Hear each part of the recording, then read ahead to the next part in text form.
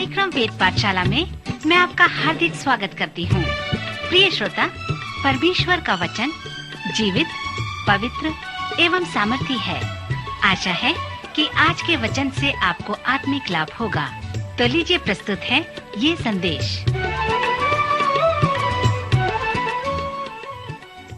प्रिय श्रोता मित्र, वेद पाठशाला की अगली कक्षा में आपका स्वागत है।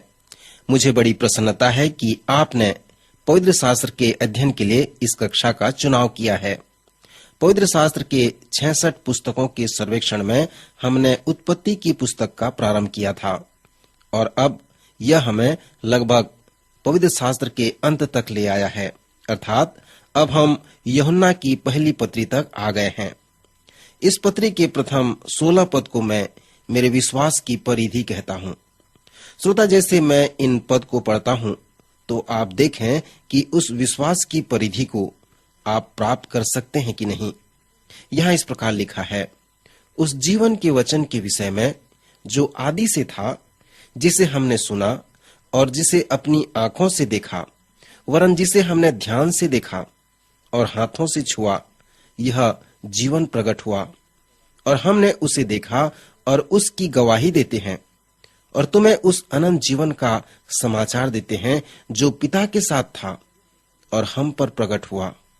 जो कुछ हमने देखा और सुना है उसका समाचार तुम्हें भी देते हैं, इसलिए कि तुम भी हमारे साथ सहभागी हो और हमारी यह सहभागिता पिता के साथ और उसके पुत्र यीशु मसीह के साथ है।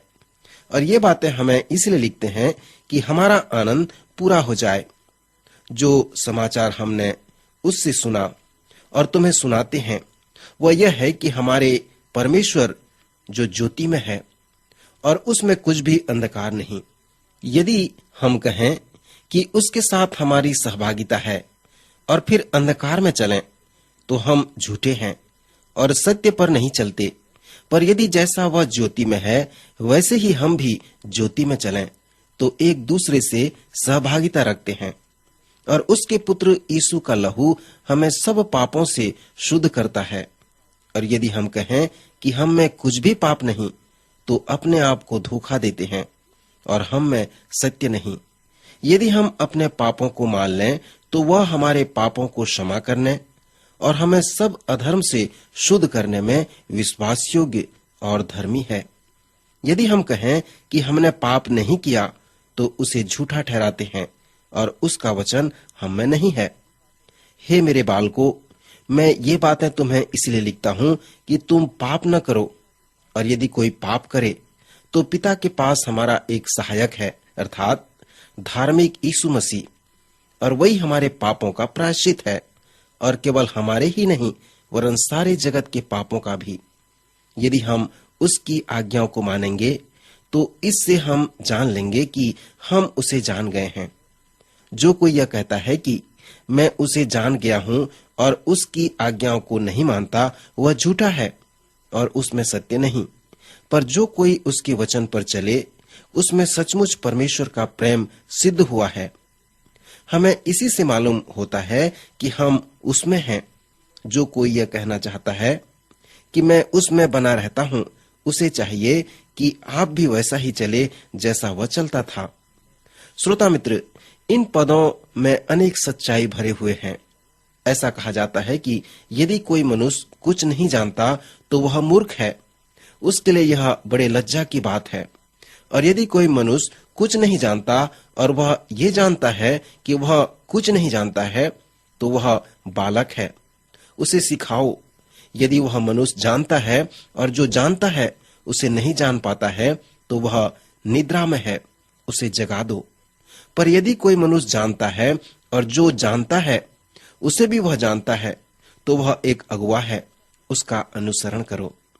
श्रोता, इसी तरह से यूहन्ना की पहली पत्री को लिखा गया है। उसे उसी ने लिखा है जिसने यूहन्ना रचित सुसमाचार को लिखा है। इस लेखक ने दूसरे व तीसरे यूहन्ना की पत्री और प्रकाशित वाक्य को भी लिखा है। और उसने हमें हमेशा कहा है कि क्यों उसने इसे लिखा। क्या आप स्मरण करते हैं कि जब उसने अपनी सुसमाचार लिखा तब उसने हमें कहा कि क्यों उसने इस महिमामय चौथे सुसमाचार को लिखा है। उसने कहा है यीशु ने और भी बहुत से काम किए हैं। यदि वे एक एक करके लिखे जाते तो मैं समझता हूँ कि पुस्तकें जो लिखी जाती वे जगत में भी न समाती।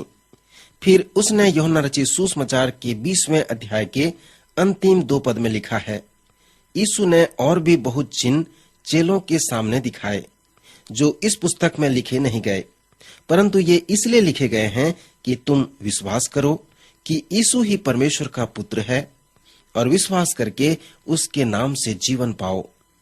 क्योंकि इस विशेष उद्देश्य से यूहन्ना ने इस चौथे सुसमाचार को लिखा है। सो इस सुसमाचार के प्रत्येक अध्ययन का हमने अध्ययन किया और इस प्रकार प्रश्न पूछा कि यीशु कौन है, विश्वास क्या है और जीवन क्या है। यूहन्ना रचित सुसमाचार के प्रत्येक अध्याय में प्रेरितों ने उस प्रश्न का उत्तर दिया। यूहन्ना ने हमें बताया है कि यीशु कौन था, विश्वास क्या है और प्रत्येक अध्याय में ये बताया गया है कि जीवन क्या है। सो जैसे हम उसके पत्रियों में आते हैं तो यूहन्ना हमें फिर से स्मरण दिलाता है कि क्यों वह लिखता है। 5वें अध्याय उसके 13 पद में यूहन्ना ने हमें कहा है कि क्यों उसने इस पत्री को लिखा है, अर्थात मैंने तुम्हें जो परमेश्वर के पुत्र के नाम पर विश्वास करते हो इसलिए लिखा है कि तुम जानो कि अनंत जीवन तुम्हारा है। यूहन्ना ने यूहन्ना रचित सुसमाचार लिखा है कि हम विश्वास करें और अनंत जीवन पाएं। अब वह सुसमाचार के शेष बातों को लिख रहा है। वह हमें लिख रहा है जिन्होंने विश्वास किया और उद्धार प्राप्त किया है। वह उन्हें लिख रहा है जो विश्वास करते हैं ताकि वे जानें कि वे सचमुच में विश्वास करते हैं। प्रायः यूहन्ना अपने आप को दोहराता है।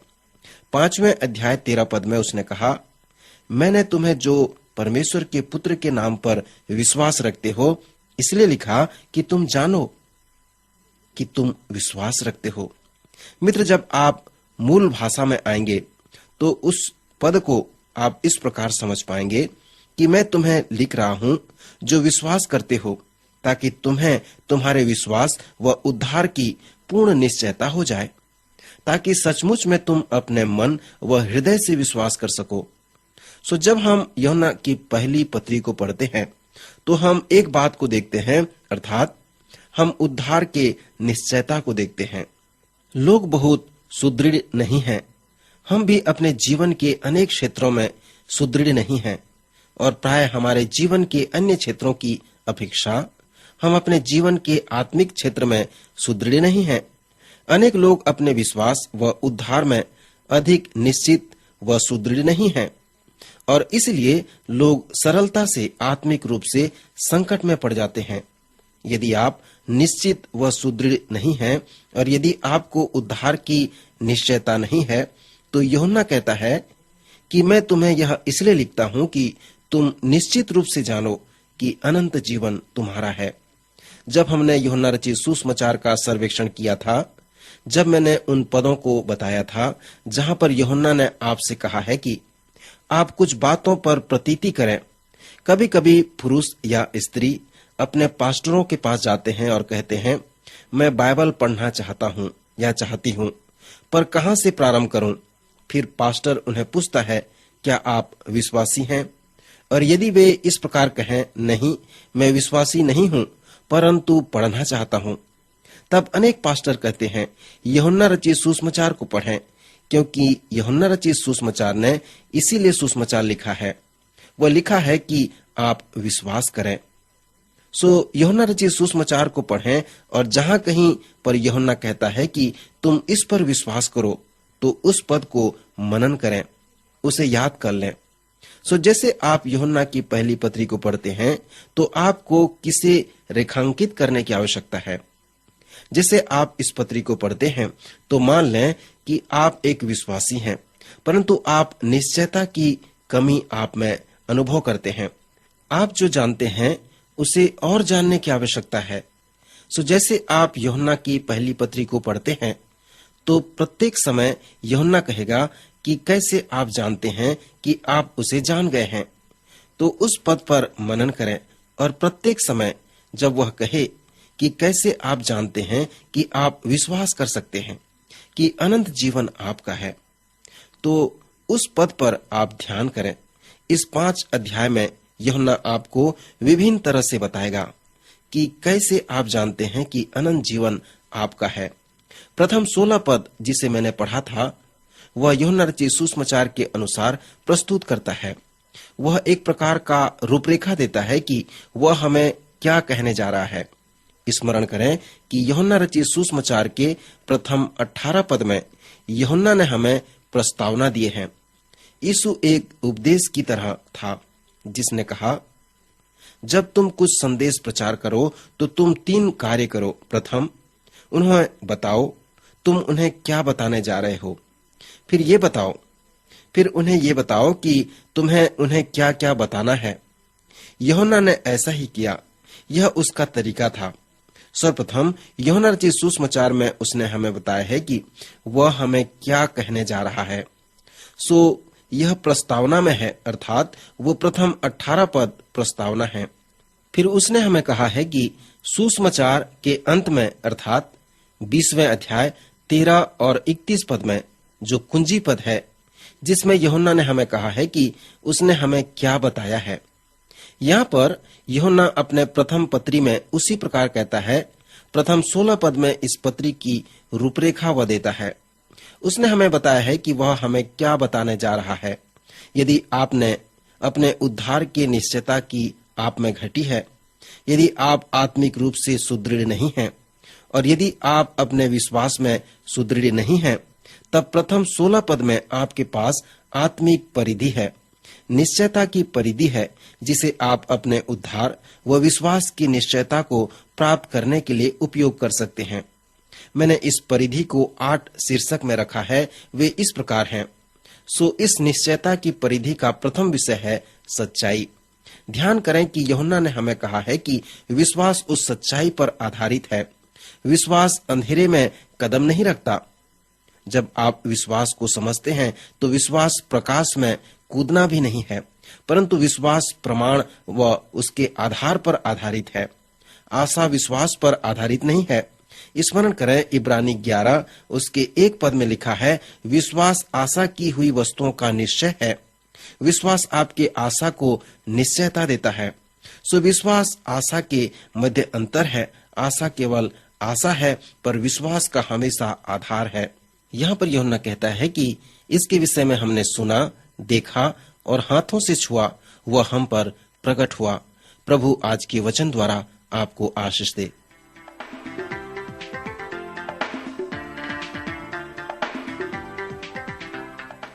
अभी आप सुन रहे थे कार्यक्रम वेद पाठशाला। श्रोता, हमें विश्वास है कि इस कार्यक्रम के द्वारा आपको आशीष मिली है। यदि इस कार्यक्रम के विषय में अधिक जानकारी प्राप्त करना चाहते हैं या बाइबल अध्ययन से संबंधित कोई प्रश्न हमसे पूछना चाहते हैं, तो आप हमें इस पते पर लिखें। हमारा पता है कार्यक्रम वेद पाठशाला, post box number 713 EN post Faridabad 7।